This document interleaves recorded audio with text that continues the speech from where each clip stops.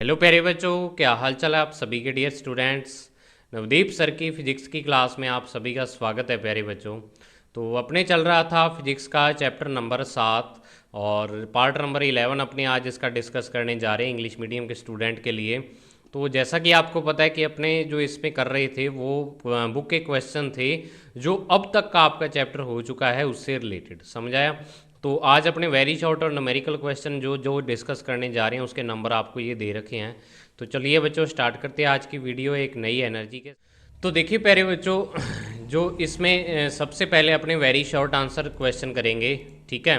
तो इसमें जो सबसे पहला क्वेश्चन है वो देखो क्या है आपके पास, कि आपसे पूछा हुआ कि write the name of sources use to produce magnetic field, यानी मैग्नेटिक फील्ड प्रोड्यूस करने के क्या क्या सोर्सेज हैं वो आपको बताने हैं, ठीक है। तो इसमें देखो सबसे पहले नंबर पर परमानेंट मैग्नेट है, यानी जो मैग्नेट होती है और वो परमानेंट होनी चाहिए। एक क्या है कि वैसे कुछ टाइम के लिए मैग्नेट बन जाता है, जैसे मान लो आप किसी आयरन के पीस में क्या करते हो, करंट फ्लो करवाते हो, तो वो कुछ टाइम के लिए एज ए मैग्नेट बन जाता है, ठीक है। तो वैसी मैग्नेट नहीं होनी चाहिए, परमानेंट मैग्नेट होती है, उसके अराउंड क्या होता है, मैग्नेटिक फील्ड जनरेट होता है। करंट कैरिंग कंडक्टर हो सकता है, वो करंट कैरिंग कॉयल हो सकती है, कंडक्टर में करंट कैरिंग वायर हो सकती है। और तीसरा है मूविंग चार्ज। मूविंग चार्ज भी आपको पता है क्या प्रोड्यूस करता है, मैग्नेटिक फील्ड को प्रोड्यूस करता है, समझ आई बात। अब देखो क्वेश्चन नंबर सेकंड की right the dimensions and unit of magnetic field. तो जो मैग्नेटिक फील्ड है उसकी डायमेंशन और यूनिट लिखनी है आपको। तो आपको पता है ऐसा ही यूनिट जो होती है वो क्या होती है, टेस्ला होती है, और डायमेंशन इसकी ये वाली होती है, ठीक है। अब नेक्स्ट क्या है कि what field is produced by moving charge. तो मूविंग चार्ज कौन कौन से फील्ड प्रोड्यूस करता है ये आपसे पूछा है। तो आपको पता है मूविंग चार्ज दो टाइप के फील्ड प्रोड्यूस करता है, एक इलेक्ट्रिक फील्ड और दूसरा मैग्नेटिक फील्ड। दोनों फील्ड को क्या करता है, प्रोड्यूस करता है, समझ आई। फिर आता है क्वेश्चन नंबर 9। तो क्वेश्चन नंबर 9 में देखो आपको क्या दिया हुआ है, बहुत ही यानी बढ़िया क्वेश्चन है ये कंपटीशन के लिए आज से, कि a coil of turns N and radius R is opened as a straight wire. यानी आपको पता है मैंने कहा था कॉइल जो होती है, कॉइल को अपने बनाते वायर से ही हैं, बस वायर में ऐसे राउंड कर देते हैं, यानी उसको वायर को सर्कुलर फॉर्म दे देते हैं, तो वो एक कॉइल बन जाती है, ठीक है। तो अब इस कॉइल को खोल के अपने क्या कर दिया, दोबारा से एक वायर बना दिया। तो how many times will be the magnetic field at distance capital R compared to the magnetic field at the centre of coil. भी आप क्या करो, इसने कहा है कि एक तो उस कॉइल के जो सेंटर पर मैग्नेटिक फील्ड है वो वाला मैग्नेटिक फील्ड, और एक क्या है जब आपने इस वायर को पूरा ऐसे खोल दिया है तो इस वायर से कैपिटल आर डिस्टेंस पे, और कैपिटल आर यहाँ पे क्या है, जैसे इसकी रेडियस है तो इसकी रेडियस के इक्वल डिस्टेंस पे आप मैग्नेटिक फील्ड निकालो। तो इन दोनों मैग्नेटिक फील्ड का रेशो बताओ क्या होगा, ठीक है ना। एक ही तार को खोल के बनाया है। तो अब देखो क्या है कि अपने यहाँ पे लिखते हैं magnetic field due B due to coil at centre, यानी कॉयल के कारण, कोई आर रेडियस की कॉयल आपके पास, उसके कारण उसके सेंटर पर जो मैग्नेटिक फील्ड होता है वो mu naught N I upon 2r होता है, ठीक है। Now this coil will be opened as wire. अब इस कॉयल को आपने क्या कर दिया, वायर की तरह ओपन कर दिया। So magnetic field due to a current carrying wire B, wire जो होगा वो mu not I upon 2πd होता है, और डी की वैल्यू यहाँ पे कैपिटल आर है। अब आप में से बहुत बच्चे ये सोच रहे होंगे कि सर आपने यहाँ पे जो फॉर्मूला है वो फॉर्मूला ये वाला क्यों लिया है जो इनफाइनाइट लेंथ की वायर के कारण था, ठीक है। तो जब भी आपको याद रख लो ये मेरी बात, चाहे कंपटीशन में चाहे आपके बोर्ड के पेपर में है, जब भी आपको किसी न्यूमेरिकल में वायर की लेंथ नहीं दी तो आपको उसमें इनफाइनाइट वायर उसको मानना है, और उसी को मान के आपको फॉर्मूला लगाना है। जब आपको लेंथ दी है तो लेंथ दी है तो साथ में एंगल वगैरह भी दिए होंगे, और अगर नहीं दिया कुछ भी एंगल वगैरह या लेंथ वगैरह तो आपको उस वायर को इनफाइनाइट लेंथ की वायर मानना पड़ेगा, समझ आई बात। तो अब mu not I upon 2πd में d is equal to R put कर दिया तो ये आ गया। तो अब बी वायर इसको लिख दिया। अब कॉयल के सेंटर पर क्या है, बी सेंटर, और ये आ गया बी वायर। तो आप दोनों को क्या कर दो, डिवाइड कर दो, तभी अपने को पता लगेगा भी कितने टाइम्स हो गए मैग्नेटिक फील्ड। तो B centre upon B wire, यानी mu naught N I upon 2r, ये तो सेंटर के कारण था, और वायर के कारण नीचे आया म्यू नोट आई, और अपॉन में क्या था 2πr, वो ऊपर चला गया। तो अब 2 से 2 कैंसिल, r से आर कैंसिल, म्यू नॉट से म्यू नॉट कैंसिल, आई से आई कैंसिल, तो बचा एन पाई। तो B centre upon B wire आपके पास एन पाई बचा। तो अपने कहेंगे so magnetic field will be the N pi times, N pi लिखना था यहाँ पे मैंने मिस कर दिया, नोट्स में इसको सही कर दूंगा, एन पाई टाइम्स यहाँ पे आंसर आ जाएगा। समझ आई बात? तो ये भी एक बहुत बढ़िया क्वेश्चन था। अब नेक्स्ट क्वेश्चन क्या है, देखो बच्चों क्वेश्चन नंबर 10 आपके पास, और ये भी बहुत बढ़िया क्वेश्चन है कि what will be the distance between 2 points of inflections of a Helmholtz coil. यानी कि जो हेल्महोल्ट्ज कॉइल होती है उसके जो पॉइंट ऑफ इन्फ्लेशंस हैं उनके बिटवीन डिस्टेंस क्या होती है, ये पूछिए आपने आपसे, ठीक है। तो अब देखो आपको सबसे पहले ये पता होना चाहिए कि पॉइंट ऑफ इन्फ्लेशन होता क्या है, ठीक है। तो अब देखो क्या है कि मैंने आपको कहा था कि यहाँ से लेके और यहाँ ग्राफ जो अपने बनाते हैं कॉयल के कारण मैग्नेटिक फील्ड का, तो वो ऐसे बनता है। और ये दो ग्राफ किस में बनते हैं, हेल्महोल्ट्ज कॉइल्स में बनते हैं ये वाले ग्राफ। समझ आई बात? तो अब होता क्या है कि जब ये वाली डिस्टेंस r/2 के इक्वल हो जाती है ग्राफ में, चाहे यहाँ पे है और चाहे यहाँ पे -r/2 है, ठीक है। तो दोनों पॉइंट पर क्या होता है, जो ग्राफ की जो स्लोप है या ग्राफ की जो कर्वेचर है वो इससे पहले तो ज़्यादा कर्व्ड रहती है लेकिन इसके बाद लगभग स्ट्रेट लाइन से हो जाती है। तो इस कारण इन पॉइंट को अपने पॉइंट्स ऑफ इन्फ्लेशन कह देते हैं, ठीक है, पॉइंट्स ऑफ इन्फ्लेशन। तो पॉइंट ऑफ इन्फ्लेशन वो होता है जहाँ पे ग्राफ की जो कर्वेचर है वो क्या हो जाती है, चेंज हो जाती है या डिक्रीज हो जाती है।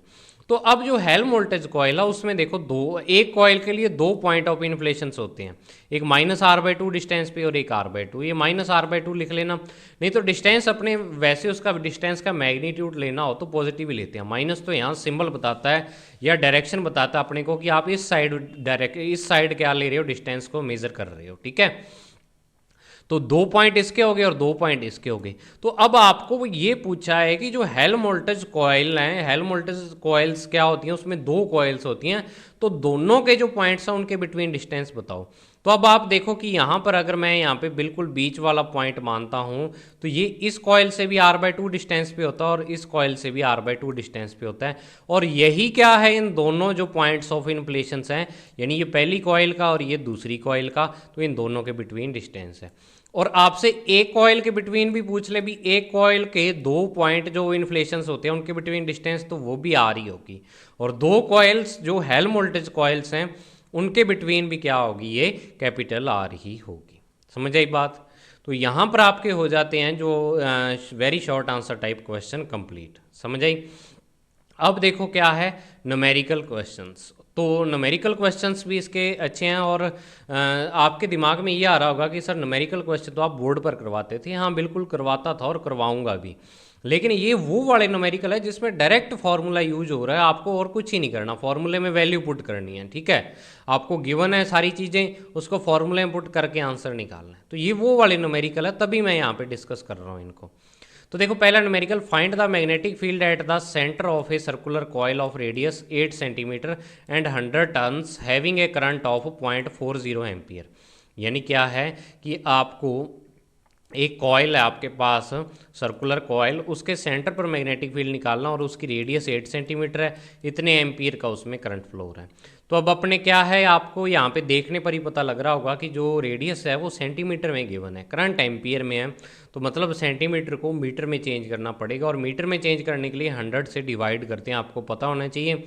और मैं यहाँ पे 100 को डिवाइड करने को लिखूँगा इनटू में 10⁻², ठीक है, क्योंकि जब ये 8 सेंटीमीटर इसकी रेडियस के, इसको 100 से डिवाइड करूँगा तो 100 क्या होता है, 10⁻² होता है। और 10⁻² जब नीचे से ऊपर जाएगी तो ये क्या बन जाएगी, माइनस की बन जाएगी, ठीक है। तो ये हो जाएगा। अब नंबर ऑफ टर्न्स क्या है, n है, वो क्या है 100 है, और I जो इसमें करंट फ्लो हो रहा है वो 0.40 एम्पियर है।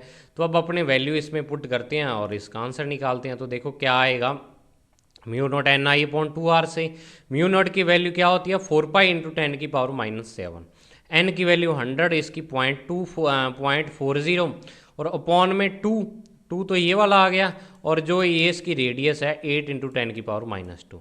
तो अब देखो क्या होगा कि 4 आपका 8 से कैंसिल होकर यहाँ पे 2 आ जाएगा, और ये दोनों 2 × 2 4 है, ये 4 इससे कैंसिल होकर यहाँ पे 0.10 आ जाएगा, ठीक है। तो अब बचा क्या, पाई × 10⁻⁻7, 10 की पावर 2 कौन सा आया, ये वाला ऊपर जाके क्या हो गया 10 की पावर 2 हो गया यहाँ पे जाके, ठीक है। और 100 है ही और 0.10 भी है ही ऊपर। अब आपको क्या है 10 की पावर में चेंज करना आना चाहिए, तो वो चेंज कैसे करते हैं, b is equal to 3.14 into 10 की पावर -7, 10 की पावर 2 है ही, इसको भी 10 की पावर 2 लिखा और 0.10 को जब आप सॉल्व करोगे ऐसे भी, मान लो इसको पॉइंट को हटाया, अपॉन में लगा 100, तो ये 0 से 0 कैंसिल, तो 1/10 यानी 10 की पावर -1। तो अब देखो पावर कितनी बचेगी, 7 माइनस की और ये माइनस की 1 यानी माइनस का 8, और प्लस की कितनी हो जाएगी 2 और ये 2 प्लस की 4 यानी माइनस की 4 बचेगी आपके पास पावर। तो ये आ गया माइनस की 4 और पाई की वैल्यू 3.14। तो इतने टेस्ला आपका क्या आ गया, आंसर आ गया। और अगर किसी बच्चे को ये सॉल्व करना नहीं आता पावर वगैरह, तो उसको मैं कहना चाहूँगा कि आप क्या करो कि 8वीं क्लास की बुक है, उसमें घातांक वाला चैप्टर है एक, सर्ड्स एंड इंडिसेस, जो पुरानी राजस्थान बोर्ड की बुक है, तो वहाँ से आप देख सकते हो, ठीक है। उसमें सभी चीज़ें हैं ये वाली 8वीं क्लास की बुक में, कैलकुलेशन को स्ट्रॉन्ग बनाना है तो, ठीक है। अब नेक्स्ट आपके पास क्या है बच्चों, वो देखो नेक्स्ट है कि a circular coil made from 6.28 centimetre length of wire has a radius of 0.10 centimetre and current 1 ampere, find the magnetic field at its centre. अब इसमें देखो कि आपको सर्कुलर कॉयल दी हुई है कि इस वायर से बनी हुई है और इतनी उसकी रेडियस है, इतना उसमें करंट फ्लो हो रहा है, तो आपको मैग्नेटिक फील्ड इसके सेंटर पर निकालना है, ठीक है। अब एक चीज़ यहाँ पे मैं आपको पहले ही बता दूं कि इस क्वेश्चन का जो आंसर है, अगर तो आप इसी को यूज करके करोगे तो वो आपकी बुक में जो आंसर दिया हुआ है उससे अलग आएगा। अब उससे अलग क्यों आएगा, क्योंकि आपकी बुक वालों ने आंसर तो छाप दिया हिंदी मीडियम वाला, लेकिन हिंदी मीडियम वाली बुक में क्या है कि जो आपके पास 0.10 सेंटीमीटर है ना, इसकी जगह उन्होंने 0.10 मीटर दे रखा है। तो 0.10 मीटर को यूज करके आंसर निकालोगे, फिर तो जो आपकी बुक में साथ में दे रखा है वो सेम आएगा, लेकिन अगर 0.10 सेंटीमीटर मान के निकालोगे तो फिर आपका आंसर चेंज हो जाएगा, ठीक है। तो मैं 0.10 सेंटीमीटर मान के निकाल रहा हूँ, तो अपने क्या है कि अपने जो चीज़ दी हुई है उसी के हिसाब से निकालते हैं कि आपको वायर की जो लेंथ गिवन है वो 6.28 सेंटीमीटर है और रेडियस इसकी इतनी है, करंट आपको इतना दिया है। अब एक चीज़ ये है कि आपको क्या है, जो ये कॉयल बनाई हुई है वायर से, उस वायर में उस कॉयल में नंबर ऑफ टर्न्स नहीं दिए, तो नंबर ऑफ टर्न्स निकालने जरूरी हैं, क्योंकि μ0 और फॉर्मूला होता है n की वैल्यू नहीं है। तो अब n कैसे निकालेंगे, उसके लिए यहाँ पर हिंट दिया हुआ है जो वायर की लेंथ दी है, ठीक है। अब देखो क्या करेंगे अपने, first we have to find the number of turns, so length of one turn. अब आप देखो भी आपने क्या किया, ये अब समझो इसको चीज़ को जो मैं समझाना चाह रहा हूँ भी। ये वायर ले लिया आपने, टोटल वायर ये 6.28 सेंटीमीटर लंबी है, ठीक है। अब आपने इसको गोल करके यार इसको क्या है सर्कल बना के इसका और एक कॉयल बना दी जिसमें बहुत सारे टर्न्स थे ऐसे, ठीक है, एक दूसरे के ऊपर लपेट के। तो अब आपको क्या है कि इस वायर का, आपको एक चीज़ मैं ये बता दूं कि अगर कॉयल के एक टर्न की बात करता हूं तो एक टर्न ऐसे पूरा आ जाता है, मतलब एक सर्कल बन जाता है। तो जो इसकी सरकमफ्रेंस होगी सर्कल की क्या होगी, सरकमफ्रेंस होगी, या जो ये टर्न है इसकी सरकमफ्रेंस होगी, वो क्या है इस वायर के किसी टुकड़े की लेंथ के इक्वल होगी। ऐसे ही अगला टुकड़ा लेंगे तो उससे अगला सर्कल बन जाएगा, उससे अगला लेंगे तो अगला सर्कल बन जाएगा। ऐसे वायर में क्या बनते जाएंगे, टर्न्स बनते जाएंगे।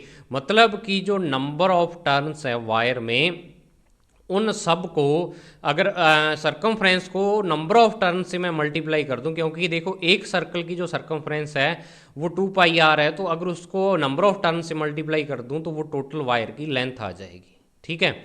तो वो चीज़ है कि अपने वन टर्न की लेंथ निकालते हैं 2πr फॉर्मूले से, 2 × 3.14 × 10 की पावर -3। अब मैंने यहाँ पे लिखा हुआ है कि number of total turns is equal to length of wire. जो नंबर ऑफ टोटल टर्न्स है जितनी भी उसमें है वो सारी को खींच के अगर आप लंबी कर दोगे तो वो वायर ही बन जाएगी आपकी।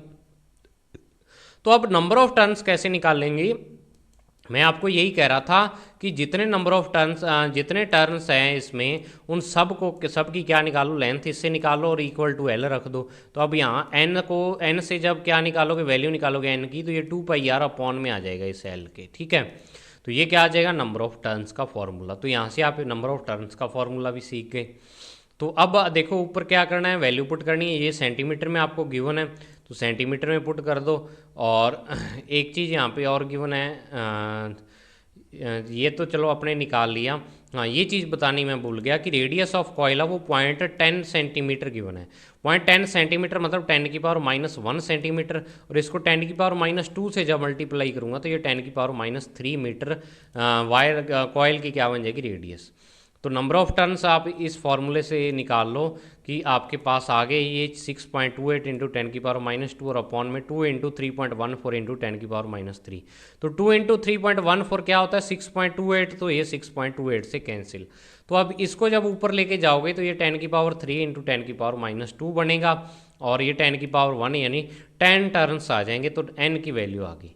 अब अपने इस फॉर्मूले को लगा के किसकी वैल्यू निकाल सकते हैं, b की वैल्यू निकाल सकते हैं। कैसे, म्यू की वैल्यू 4 × 10⁻⁻7 इंटू 10 इंटू आई की वैल्यू 1, और अपॉन में 2 इंटू 10⁻3। तो 2 से आपका 4 कैंसिल, तो 2 बन गया।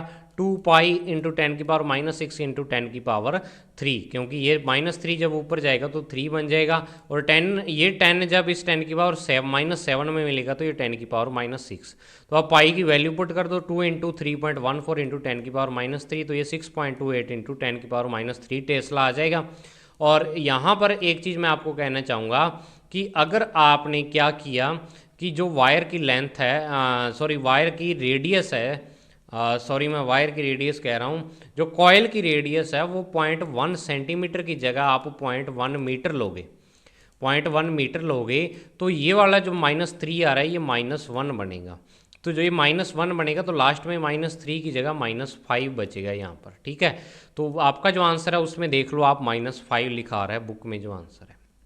मैंने सेंटीमीटर मान के किया है तो इस कारण मेरा आंसर चेंज आ रहा है, ठीक है। अब थर्ड जो क्वेश्चन है वो क्या है कि a long straight wire has a current of 35 ampere, find the magnetic field at the distance of 10 centimetre. यानी कि एक वायर है उसकी जो लेंथ है, लॉन्ग स्ट्रेट वायर है, लेंथ नहीं दी हुई है, 35 एम्पियर का करंट है, और इससे 10 सेंटीमीटर डिस्टेंस पर आपको क्या निकालना है, मैग्नेटिक फील्ड।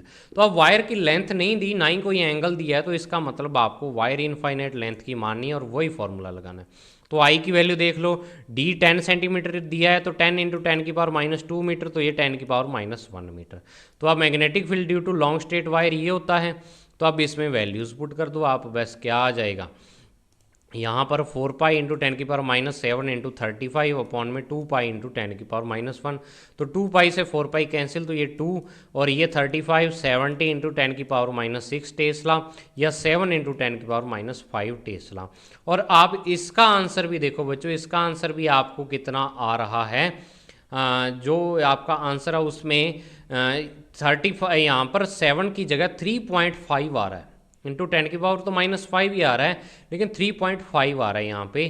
तो उसका कारण समझ लो क्या है कि आपके जो ये 10 सेंटीमीटर गिवन है ना, ये यहाँ पर 20 सेंटीमीटर है जो हिंदी मीडियम की बुक है।